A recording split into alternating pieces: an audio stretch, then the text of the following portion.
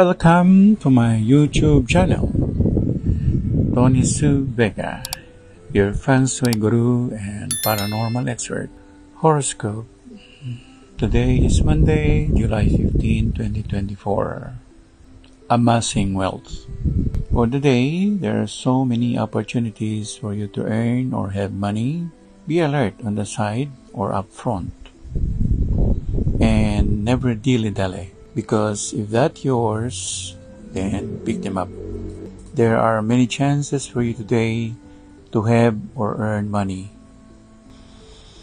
Ang horoscope natin po sa araw na ito ng Hulyo 15, araw ng Lunes, ay may kinalaman sa pagkakaroon ng mga oportunidad sa araw na ito.